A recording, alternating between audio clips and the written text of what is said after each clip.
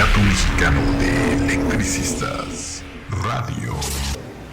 Este primer Foro Nacional en Defensa de la Salud de las y los trabajadores nos ha convocado a esta discusión, a este análisis y este escenario de propuestas.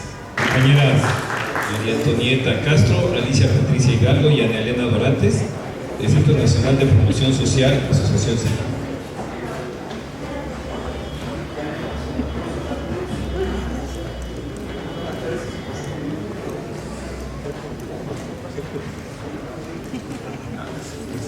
¿Van a tener este PowerPoint? Sí. Bien, sí, es que quiero hacer un comentario. Los compañeros de Radio SME han estado filmando van a filmar todo el evento.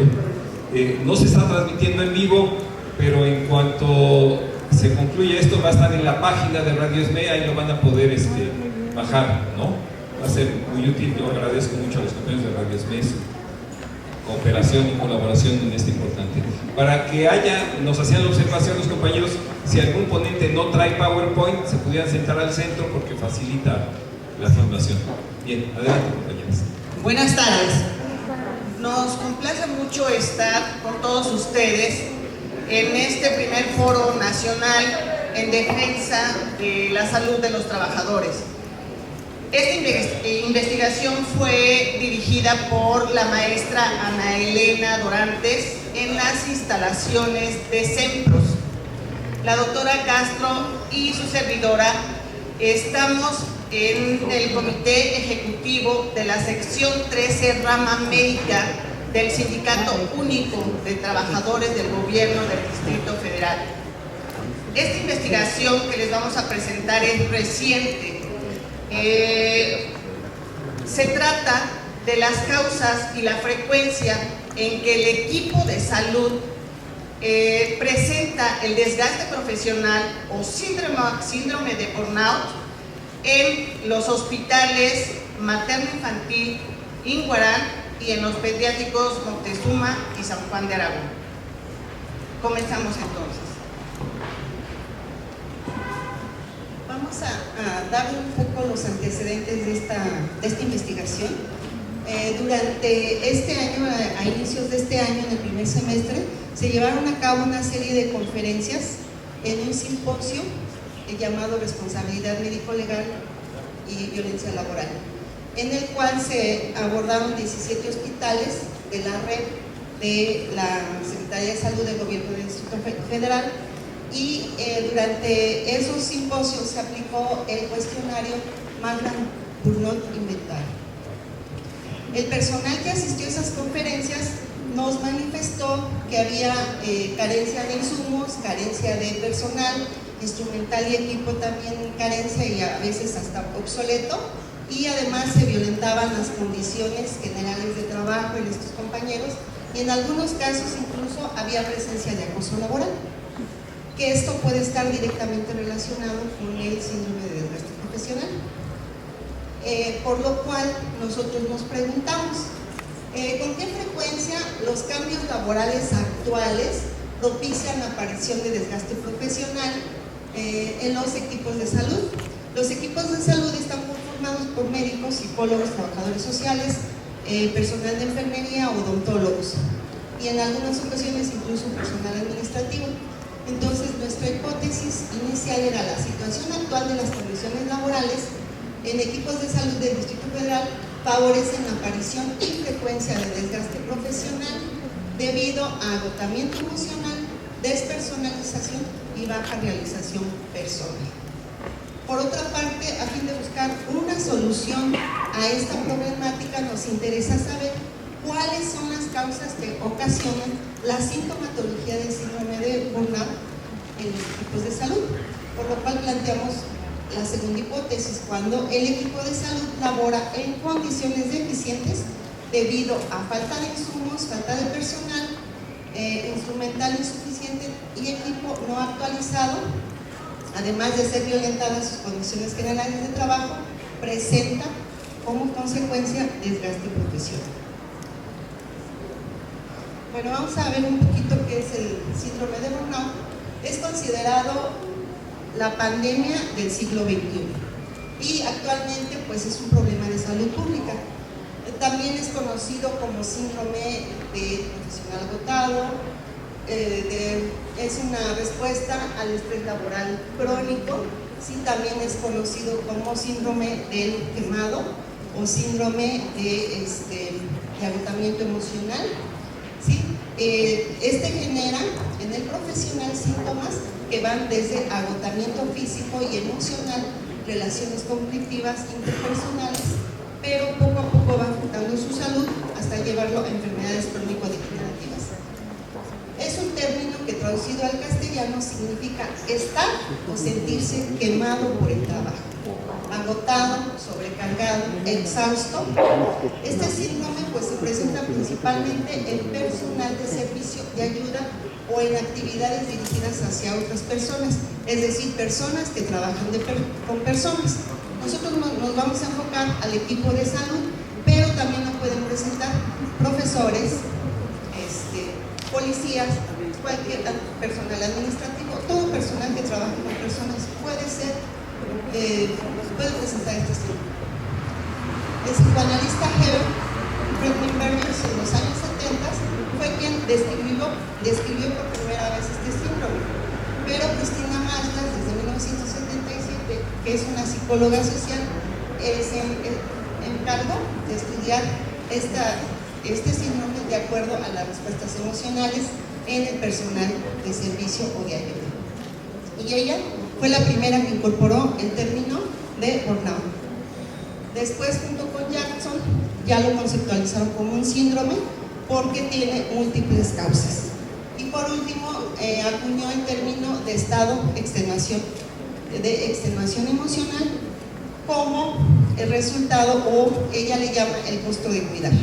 Los médicos, los psicólogos, trabajadores sociales, el personal de salud cuidan a los pacientes, ¿sí? Y eso tiene un costo para su salud. Quien lo presenta puede mostrar falta de motivación completa, absoluta, a las tareas que realicen su trabajo. Hay importantes cambios en el comportamiento y en su salud, porque se pueden generar enfermedades psicosomáticas, es decir, enfermedades crónico-degenerativas que afectan gravemente la salud. Les quiero comentar algo importante. En el sector salud se han estado presentando enfermedades crónico-degenerativas a temprana edad en los médicos y han fallecido a edad temprana también. Principalmente han fallecido de infartos, consecuencias de la diabetes y de cáncer. Y suicidio. Bueno, durante esta investigación se aplicaron dos cuestionarios. Uno fue el de Maslow Inventario para hacer la detección del desgaste profesional.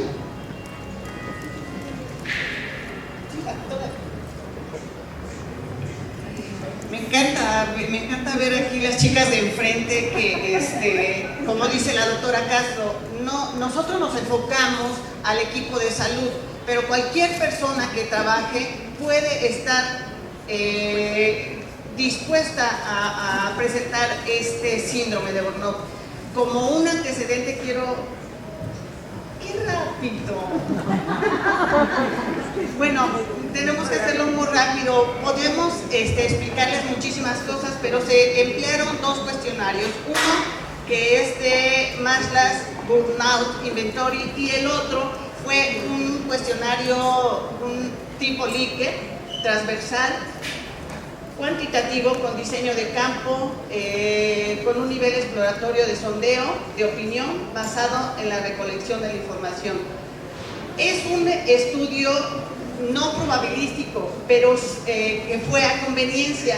Sin embargo, nos puede dar una idea aproximada de lo que estaba pasando en nuestros hospitales. La que sigue.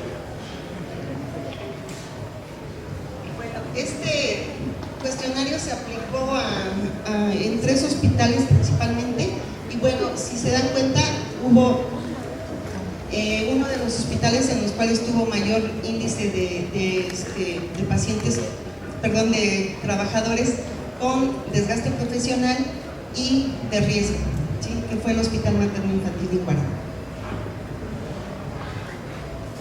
En esta diapositiva les mostramos los 3 hospitales que les mencioné al principio, que eran Iguarán, Moctezuma y Aragón.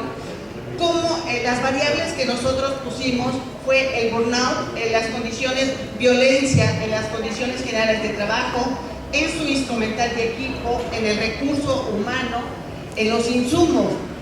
De manera horizontal ustedes van a ver la calificación que cada uno tenía y llegando a un promedio final de la variable de 8.7, por ejemplo, de los 3 hospitales. Sin embargo, de manera vertical, verán que cada hospital tuvo una calificación de 8.65, 7.46 y 8.7.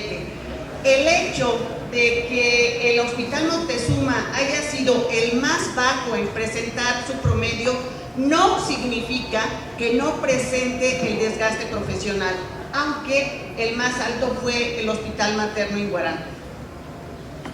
Aquí podemos observar de una manera gráfica el comportamiento de los 3 hospitales, con las 5 variables que les acabo de mencionar, que va desde un 9.5 en burnout hasta un 7.99 del más bajo, que era Moctezuma, que les vuelvo a repetir, el hecho de tener un 7 no significa que está exento, lo presenta pero en menor grado.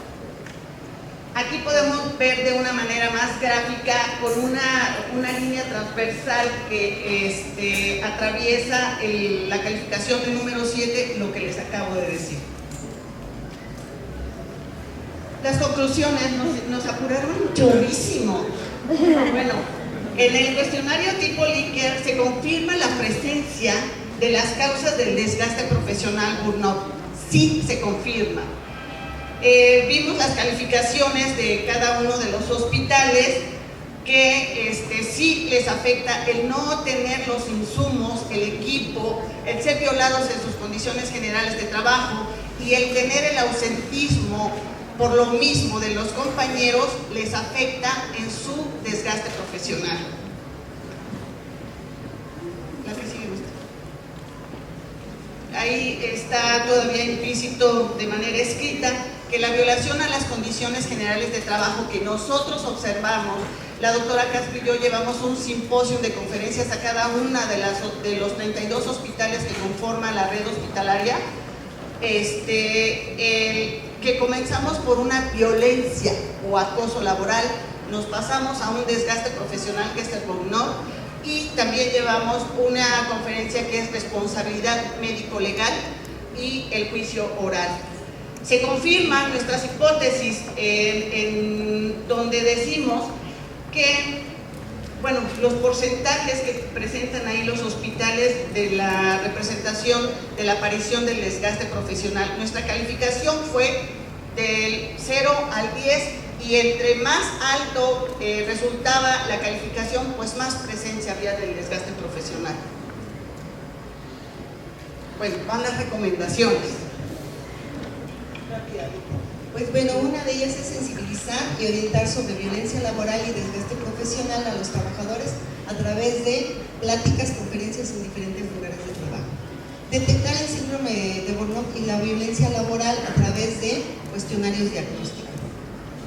Luchar para que se incorpore la violencia laboral y el síndrome de burnout como riesgo laboral y que se legisle sobre la materia, así como presionar el sistema de administración de justicia para que construya jurisprudencia al respecto, proteger y proponer mejoras en las condiciones laborales de salud y en los agremiados de nuestra sección, disminuir el daño a la salud derivado de las consecuencias de la violencia laboral y síndrome de burnout, dando una atención integral con enfoque de desarrollo humano.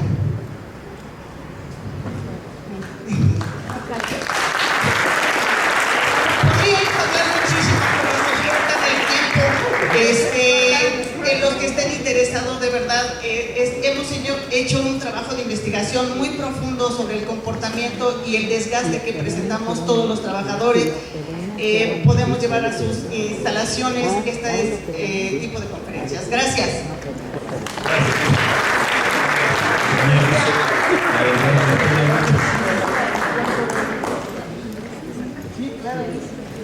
Sí, nos comunican que se va a elaborar una memoria del evento, de tal manera que vamos a tener oportunidad en el momento posterior de tener acceso a todas las ponencias que se presentaron. Y bueno, pues ni hablar, qué pena, pero el tiempo se nos come. Compañero Zenaido Martínez, de graves problemas de inseguridad que cotidianamente suceden en la transnacional Walmart, si eres tan amable, por favor. Y se prepara el compañero Horacio Tobalín, del Colegio Ramacini.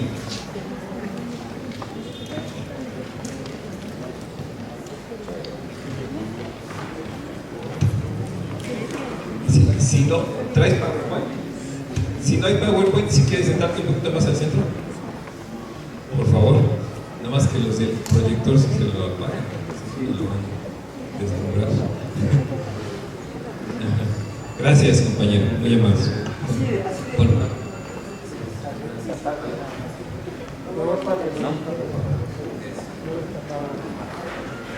Buenos días, buenas tardes, compañeras, compañeros asistentes a este primer Foro Nacional en Defensa de la Salud de las y los Trabajadores.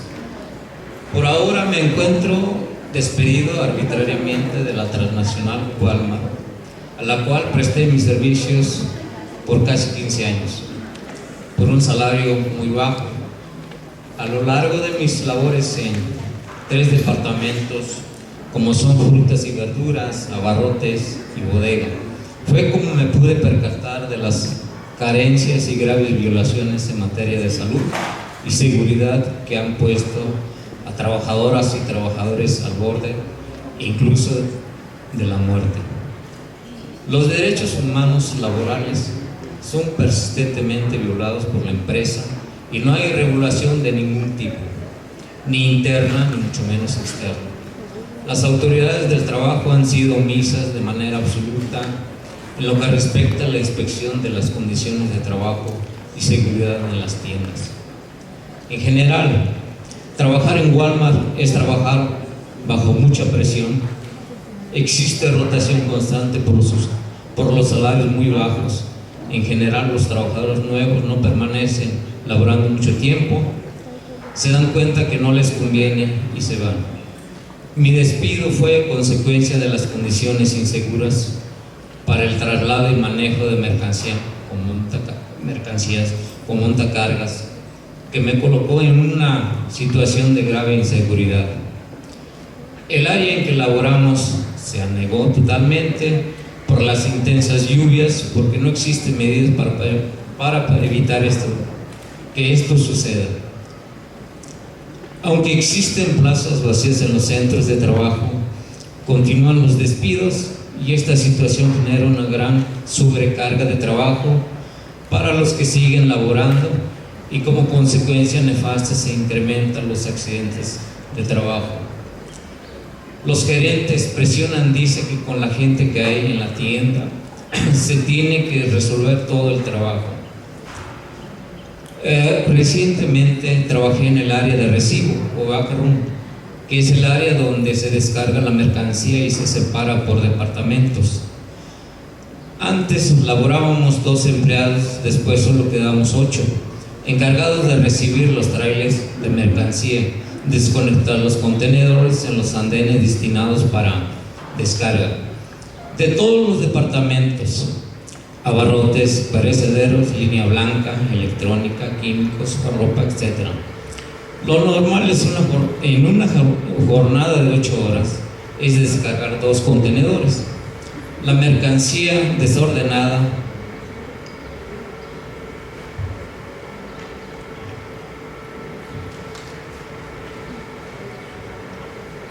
reordenarla y colocarla en tarimas para después destinarla a cada departamento.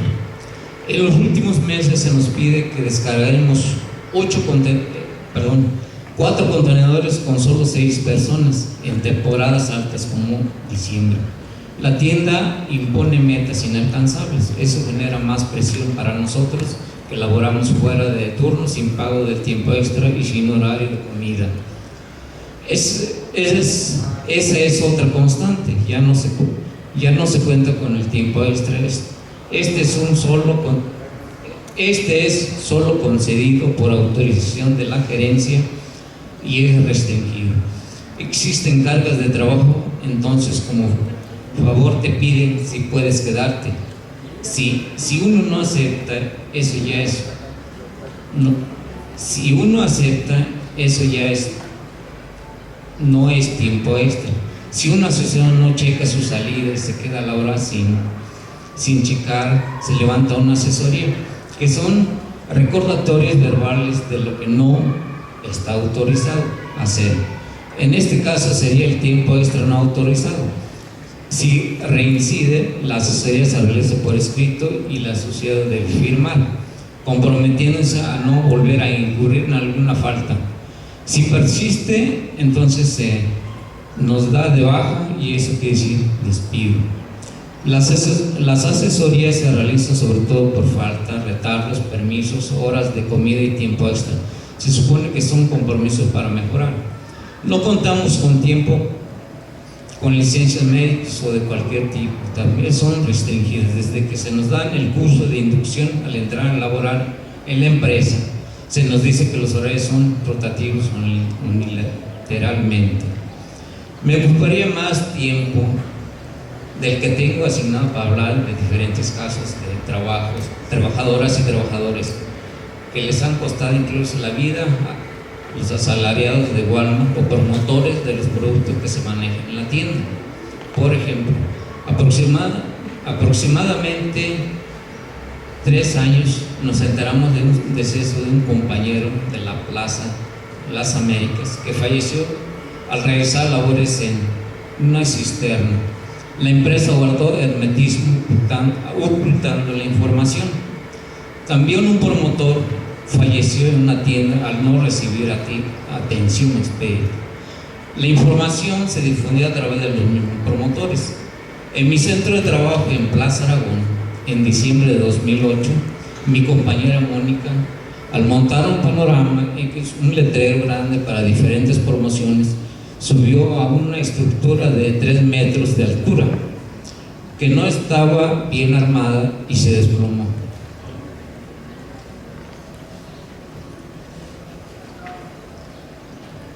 Cayendo franca al piso con fracturas de tobillos y lesiones en el cuello.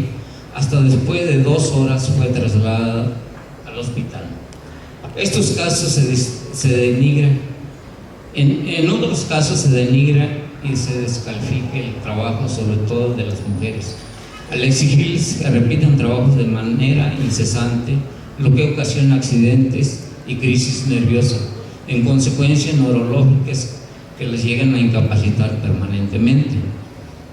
Por todo lo anterior, donde Walmart opera, se ha acordado realizar una jornada mundial para denunciar los innumerables abusos que comete cotidianamente, sobornando autoridades de todo nivel, explotando sin misericordia a trabajadoras y trabajadores, afectando gravemente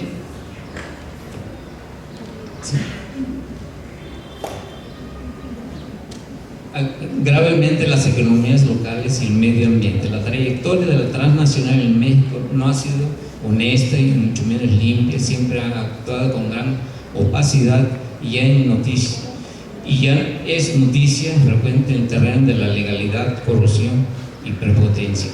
A la fecha no ha depuesto actitud y por eso la Red Mexicana contra la Impunidad de Walmart lleva a cabo puntual seguimiento de las actividades de la empresa, que ha desplegado su labor corruptora al entregar más de $25 millones en sobornos a diestra y siniestra para edificar sus tiendas en poblaciones cuyas economías son afectadas severamente por la destrucción del comercio local, además de cometer abusos laborales de gran magnitud, con salarios raquíticos, sin pago de horas extras, sin goce de vacaciones, todo esto por la complicidad de la Secretaría del Trabajo.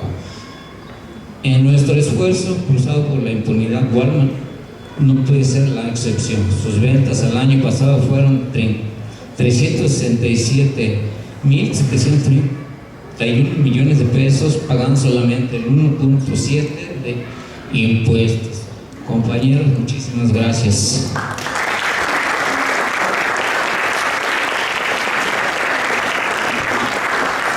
Muchas gracias, compañero Zenaido. Es muy importante la denuncia en uno de los principales empleadores del país, que es Walmart. Bien, compañero Horacio Tobalín, del Colegio Ramazzini de México, por favor.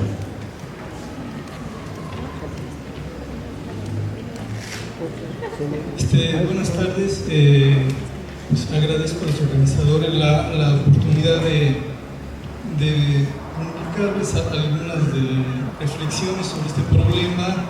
Y los saludo como trabajador universitario que soy, miembro de la red de investigadores de factores psicosociales en el Colegio Ramazzini. Solamente voy a hablar de tres aspectos, ¿no? Uno que comentó el doctor Luis Manuel Pérez Pantoja, que es: hay nuevos problemas de salud y hay además muchos problemas de salud no detectados, ¿no? Debe ser claro que problemas como el burnout que mencionaron es algo real y que no está registrado como tal en la normatividad, su reconocimiento, entonces había que leer en eso. Pero también lo que es muy prevalente, y un buen ejemplo es Walmart, lo comentó el compañero, son los problemas asociados con condiciones no ergonómicas, ¿no? De hecho, en las últimas estadísticas del IMSS, todos los problemas musculoesqueléticos reconocidos como el trabajo son el 34% de las enfermedades diagnosticadas. En conjunto, ¿no? En conjunto. O sea, ya rebasan a las tradicionales como intoxicaciones, hipoacusias, ¿no? Entonces es un problema grave. ¿Por qué? Bueno, porque también ha cambiado el tipo de trabajo que se realiza y las condiciones, ¿no? Entonces sí habría que reconocer, y también la parte de los problemas del estrés hay que recalcarlo porque es algo real, ¿no? Trabajamos mucho, es cierto, digamos, 54 horas en promedio, según datos internacionales, ¿no? O sea que no es cierto que no trabajemos, no seamos productivos, es totalmente todos. Y además muchas otras cosas no identificadas, porque no tenemos reportes de qué pasa cuando se introducen nuevas sustancias químicas, nuevas condiciones físicas en el sitio de trabajo, ¿no? Yo les diría, la exposición a temperaturas abatidas en sitios como Walmart también es un problema muy grave. Algo que antes no era común, porque digamos por las condiciones climáticas del país, ahora tenemos miles de trabajadores que trabajan diariamente 8 horas o más a menos 20 grados centígrados, ¿no? Y no está estudiando, ¿no? El segundo punto que yo quisiera comentarles es que también hay nueva reglamentación, y si bien en términos de balance es negativa todos los cambios en la Ley Federal del Trabajo, también por presiones internacionales se han introducido ciertos elementos, ¿no? que pueden parecer declarativos, pero depende de nosotros que no lo sean, ¿no? Como la introducción en el artículo 2 del trabajo digno, de la definición del trabajo digno, ¿no? Que dice, entre otras cosas, trabajo digno, pues el trabajo que no hay discriminación, y es el trabajo que se hace en condiciones de higiene y seguridad en el trabajo. Entonces uno tiene que retomarlo, está ahí, ¿no? También otro elemento, por algo que comentó una de las doctoras, bueno, está en el artículo 3b, la prohibición del hostigamiento y del acoso sexual. Ahí no hay tolerancia, digamos. O sea, en cualquier sitio de trabajo está prohibido el hostigamiento psicológico, el mobbing, que quieren llamarlo de otra manera, ¿no? Mobbing, bullying, como ustedes quieran, y el acoso sexual. Y eso está establecido también. Y además están incluidos, y de una forma que sea incompleta, estos nuevos riesgos en el nuevo reglamento de seguridad y salud en el trabajo, en el capítulo que habla de riesgos económicos y psicosociales, ¿no? Entonces, y el tercer, digamos, hay nuevos reglamentos, pueden ser herramientas, la cuestión es que los utilicemos, ¿no? Que lo tengamos presente como trabajadores y que se difunda, porque luego no se sabe, ¿no? Digamos. Y el tercer punto sería, yo pienso que se tiene que también cambiar un poco la forma y la actitud de enfrentar estos problemas en los sindicatos. Sí es cierto que hay que darle mucha atención a la parte de seguridad y que hay que darle mucha atención a la dotación de equipo de seguridad, pero a veces esto ha desembocado en algo que llamaban los italianos la monetarización del riesgo, ¿no? El de que si me pagas algo por trabajar en condiciones riesgosas, pues yo lo hago, y tampoco exijo mucho que se modifiquen y se eliminen los riesgos. Y eso es algo muy tradicional. Yo sé que tiene que ver mucho con los bajos salarios, ¿no? Porque es un ingreso extra, ¿no? Entonces ahora hay que cambiarlo, digamos, ahora tenemos que meternos más con un enfoque de promoción de la salud en los sitios de trabajo, promoción integral, en el sentido de que todos estos sitios deben tener condiciones higiénicas, y claro, mientras no se resuelva eso, pues sí hay que ver cómo compensar o cómo limitar el daño, ¿no? Pero, digamos, yo he sido consultor del mismo SME, de varios sindicatos de Chapingo, de administrativos, y sí pesa mucho y a veces obstaculiza mucho el hecho de mantener prestaciones en las cuales en realidad pues está intercambiando salud por algo que a veces es una prestación material o prestación económica, y eso hay que discutirlo fuerte, ¿no? Porque no se trata de pagarle más a los radiólogos, ¿no? Sino protegerlos, o igual a la gente que trabaja en otras condiciones, ¿no? Entonces, bueno, estos son elementos que yo quería plantearles como elementos para la discusión. Gracias.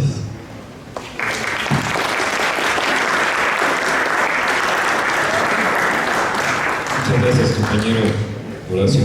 Y finalmente la última ponencia de esta etapa la hace el compañero Víctor Enrique Favela del Sindicato de Telefonistas de la República Mexicana. Concluyendo su ponencia, ya pasaremos quizás unos 3/4 de hora de tiempo para comer y luego ya reintegrarnos a las mesas de trabajo.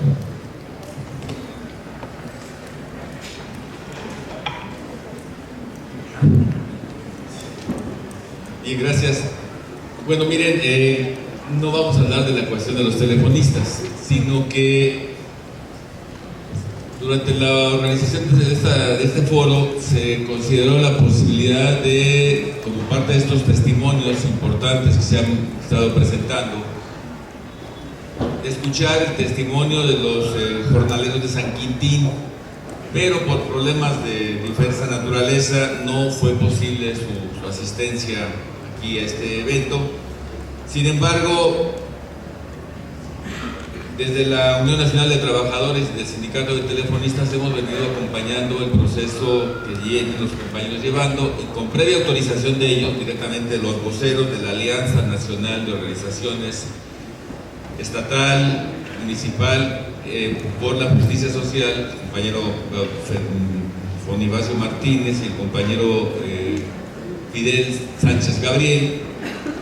Vamos a hacer algunos comentarios porque es un caso bastante ilustrativo de cómo en este México subsisten problemas, como lo hemos escuchado, pero problemas no del piso de protección social, sino del sótano de la protección social, abajo, muy abajo. Entonces, en ese sentido, bueno, rápidamente comentarles que el 17 de marzo nos enteramos todos por la prensa, por los medios, de que en el estado de Baja California había un paro que en realidad fue una revuelta social. Hay que decir que fue una revuelta social en donde los trabajadores jornaleros y trabajadoras jornaleras, ya desesperados de las condiciones de trabajo, que eran básicamente 12 horas de trabajo, salario base donde estaban integradas todas las prestaciones de alrededor de 100, 110 pesos, que incluía todo,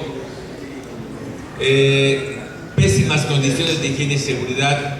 Ellos se dedican a la pizca del arándano, de la fresa, del jitomate, de todos los productos, básicamente con una alta calidad para ser exportados en su mayoría a Estados Unidos, a California y a otros estados, y no tienen ni el mínimo de protección, no usan mascarillas, no usan equipo de protección de ningún tipo, y fumigan los campos, los productores, estando ellos trabajando físicamente, para que se den una idea de grandes rasgos. Desde luego hay una cuestión grave de acoso sexual a las jornaleras por parte de los capataces o empleados de confianza o personal administrativo de estas empresas, que el Valle de San Quintín, para que se den una idea, es un lugar que está situado a la orilla del camino entre la parte norte de la península y el sur. A lo largo de cerca de 40 kilómetros hay diferentes poblados o colonias ocupados en su mayoría por migrantes internos de otros estados de la República, en su mayoría de Oaxaca, pero también hay de Guerrero, de Chiapas, de Sinaloa, y que se van allá a buscar mejores oportunidades, porque si están allá y aguantando eso significa que en su estado de origen está peor, o no hay opciones. Entonces, nos comentan los compañeros de la Alianza, dieron un proceso de alrededor de 2 años para organizarse. Se llaman Alianza porque es la suma de diferentes organizaciones, por eso algunas son de carácter nacional, como la CIOAC, como la Central Campesina Cardenista, como la CEMPA, otras son de carácter estatal, nada más ahí está en Baja California, y otras nada más en el municipio de Ensenada, al cual pertenece el Valle de San Quintín. Decidieron sumar esfuerzos para hacerse notar y hacerse visibles sobre esta problemática tan terrible de un trabajo del precariado del más alto nivel que se imaginen. Viven prácticamente en casas de cartón, en casas de madera, no tienen agua potable, usan letrina, en fin, tienen unas condiciones muy complicadas, pero tienen una cosa muy importante como pueblos originarios, que son las costumbres y la tradición de lucha de sus estados de origen. Y esto les permitió esa experiencia con un trabajo comunitario, volcarla al tema laboral, que es un tema que desde los 90 se intentaron formar un sindicato y se frustró esta experiencia en 1990, y finalmente ahora en marzo de este año decidieron salir y hacerse visibles. Este resultado tiene que ver con estar fastidiados y hartos del mal llamado sindicalismo de protección o el cáncer llamado. Ahí existen en estas empresas sindicatos de protección patronal de la CTM, de la CROC y de la CROM, evidentemente que no se preocupan en absoluto por las condiciones de los trabajadores. Y bueno, lograron a partir de este trabajo de sensibilización y de organización entre colonias y comunidades no fácil.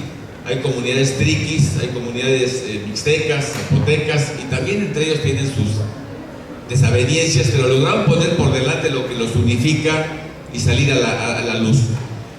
De esta movilización, que fue prácticamente un mes de paro laboral en los campos agrícolas, con pérdidas millonarias para los productores de alrededor de 30 millones de dólares diarios, para que se den una idea, porque son productos de primer nivel de exportación, pues les pesó, y entonces, como siempre, se generó una negociación. Esta negociación se ha plasmado fundamentalmente en 3 documentos. Este que está aquí, que es la minuta del 13 y 14 de mayo, donde hay varios temas que tienen que ver con la salud. Rápidamente les leo. 1.1. Se iniciará de inmediato una campaña de afiliación y credencialización de todas y todos los trabajadores al IMSS. Este proceso no implicará ningún costo para los trabajadores. Han avanzado, pero como siempre la simulación. Los afilian, pero cuando van a la clínica resulta que no tienen derechos plenos, porque la empresa no ha hecho el trámite X, porque lo que paga de cuotas es simulado al salario real, todavía de que es muy bajo, lo bajan para efecto de que no les cueste mucho a los empresarios, y entonces el derecho a la salud está ahí, en el papel, pero no efectivo. 2, dice aquí, se identificarán y atenderán las necesidades de mejora en vivienda, alimentación y condiciones de seguridad y higiene de los trabajadores en estricto apego a la ley. 4, se garantizará el respeto a los derechos laborales contenidos en la ley y a los derechos humanos integrales, particularmente de las mujeres trabajadoras y sus familias, y para ello se llevarán a cabo inspecciones del trabajo necesarias en las instalaciones. Esto no se ha concretado, porque además el compromiso es que sea con la alianza, pero después ya se estaban echando para atrás porque protestaban los productores agrícolas, que además tienen posiciones importantes en el gobierno del estado, que es panista, por cierto, y bueno, se ha atorado. También otro punto importante: las empresas cumplirán los requisitos para certificarse como libres de trabajo infantil. Luego viene un tema importantísimo: la Secretaría de Trabajo otorgará en los términos que conforme a derecho proceda su registro sindical a la Alianza de Organizaciones Nacionales, Estatal y Municipal por la Justicia Social, que es lo que no tienen, un instrumento que les permite luchar contra todo este escenario adverso de trabajo precario. Y bueno, es parte de donde estamos nosotros apoyándoles, respetando su total autonomía y avanzando con ellos, con dificultades, pero se va avanzando. También tuvieron producto del movimiento, detenidos, presos, tuvieron 14 presos acusados de motín, de daño en propiedad ajena, casi de terrorismo por defender sus derechos laborales y sus derechos como humanos, porque los tenían los tienen todavía en la terrible marginalidad. Entonces ya lograron sacar a los presos, ya están fuera todos. Algunos tienen que ir allá a firmar cada semana al libro, como siempre, pero ya de alguna manera están fuera. Los tenían como carne de cañón para poder negociar con ellos y que le bajaran a las movilizaciones. Y bueno, un tema fundamental, el salario. El salario pactado para estos casos, en la minuta del 4 de junio, estableció 3 niveles de sueldo. Ellos, su demanda fundamental era 200 pesos diarios. Lograron acuerdos de 3, digamos lo que le llaman 3 niveles de empresa. La A, que es la más con mayor potencial económico, de 180 pesos, la B de 165 y la C de 150 pesos. Y ha habido desde aquel entonces para acá todo un proceso del 4 de junio para la fecha de lo que le llaman ubicar las 135 empresas que existen ahí, en qué nivel están. Ellos peleando porque queden en el más bajo para pagar menos y los jornaleros empujando a demostrar que son el nivel más alto para que paguen más. Hay una fecha conveniente, un retroactivo a partir del 14 de mayo. Sin embargo, no han acabado con esa cuestión y los productores lograron meter ahí un gol en la minuta en donde pusieron que este salario era el salario diario integrado. Evidentemente, con esta palabrita, al meter las prestaciones, en los hechos ganan menos que lo que tenían ganando antes del movimiento. Entonces, bueno, se ha estado peleando, las reuniones se tienen negociaciones con el subsecretario de Trabajo, Luis Enrique Miranda, que es el que firma esta minuta, y Rafael Abante, subsecretario de Trabajo del Gobierno Federal, y hay un compromiso de palabra de quitar la palabra, vale la redundancia, del salario integrado, una vez que se termine la categorización, pero obviamente le van dando largas, metieron empresas que no existen, desaparecieron otras que sí existen. Los empresarios dicen, pues yo mi razón social está en Mexicali, en Tijuana no en Ensenada, por lo tanto la minuta no me obliga. En fin, ha sido muy difícil, pero van avanzando los compañeros en base a la movilización. Me pidieron presentar este foro, un saludo combativo de parte de ellos.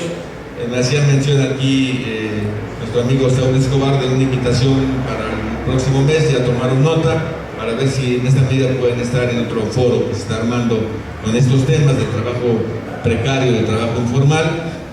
Y bueno, sí, para ellos es muy importante que se sepa y que se tome nota aquí este foro de una denuncia, porque desde el 25 de agosto están esperando reunión con el subsecretario de Gobernación, Luis Enrique Miranda, para dar continuidad a los trabajos. Y bueno, mira, hay que decirlo, la minuta se firmó el 4 de junio, que era 3 días antes de la elección. Ahí estaban muy preocupados en apaciguar todos los fuegos. A la gente le dijeron cosas, a medio mundo le prometieron cosas. Después del 7, y a partir del resultado electoral, cambió todo. Y se han dedicado a administrar. Sí van avanzando, pero administrando los tiempos.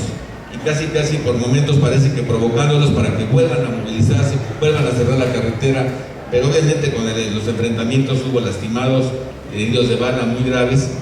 Por momentos pensó que eran muertos porque pues, en la revuelta no se sabía si los ruidos eran de balas de goma o de balas reales. Se cayeron, algunos dicen, pues me caí por el miedo, otros dicen me caí porque sentí que así me salvaba fingiéndome muerto, y gracias a Dios no hubo muertos, pero estuvo un tris. Entonces también pensar que tengan que movilizarse ese costo no es fácil. Han despedido mucha gente, hay listas negras de trabajadores, no los quieren contratar y han tenido que andar buscando opciones. Sin embargo, los compañeros están puestos, mandan, insisto, un saludo aquí al foro, y pues yo es lo que desde este tiempo quiero compartirles a nombre de la Alianza Nacional de Organizaciones por la Justicia Social del Valle de San Quintín, Baja California. Gracias por su atención.